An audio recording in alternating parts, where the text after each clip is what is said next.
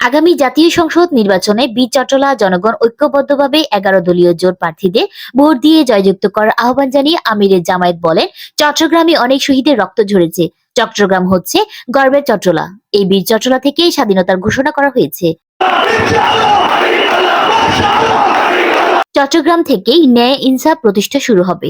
সোমবার বিকেলে সীতাকুণ্ড স্কুল মাঠে আয়োজিত বিশাল সমাবেশে প্রধান অতিথির বক্তব্যে আমিরে জামাত ডাক্তার শফিকুর রহমান এই কথা বলেন। তিনি আরো বলেন, আমি চাঁদাবাজদের বিরুদ্ধে কথা বলায় আমার পিছনে লেগে গেছে। আমার জন্য যে গর্ত করেছে সেটাতে তারাই পড়বে। ইনশাআল্লাহ এটা তাদের বলা ফাঁস হবে, তাদের বলায় জুড়বে ইনশাআল্লাহ।